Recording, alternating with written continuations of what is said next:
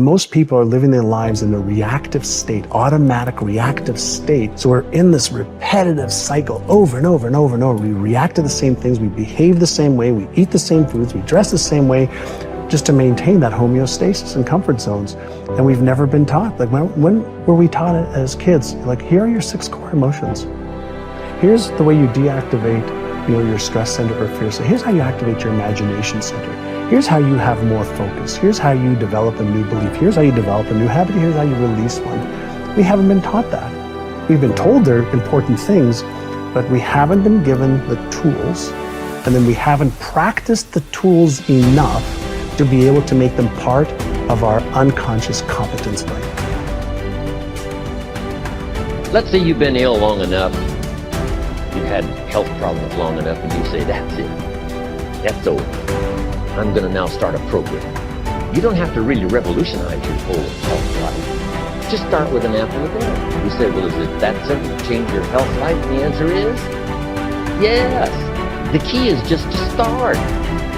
Come on, you don't have to radically do something. You can gain momentum and make changes as you go. Just start. Here's what happens when you start a new direction. Self-esteem starts to accelerate. Procrastination is the lion growing in you. I'm going to tell you what I mean in a moment. But essentially, you're becoming a man and you're moving into a new phase in your life where you're beginning to say, no, I won't. Every time you set this big goal, you never get it accomplished because you never break it up in manageable pieces. That's it, I'm talking about procrastinating. You still have time. Don't quit. Don't give up. Still have time. You can do it. You can make it happen, but you can't do it procrastinating. You can't do it talking about it, all right? So I just want to go back and recap because I want to make sure you hear what I'm saying. But I dare you, I double dare you to do exactly what you said you were going to do when the year started because it's not too late.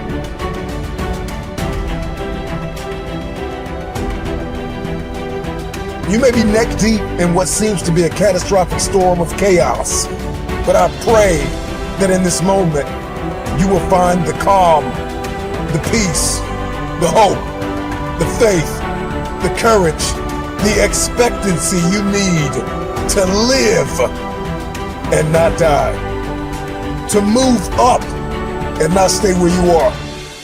You get what you see, and that is the formula for expectancy. Your expectation is what you believe is about to happen. And for many of you, you have been so traumatized by the past that your expectations are so diminished. Now go after it. But understand there's going to be some rocky times. There's going to be a lot of hills that you're going to have to climb. There's going to be a lot of obstacles that are going to try to stand in your way. But you don't have to take these obstacles and hold on to them. Utilize everything you have in your heart and in your mind and in your soul and connect with these things so that you can get the most of your life.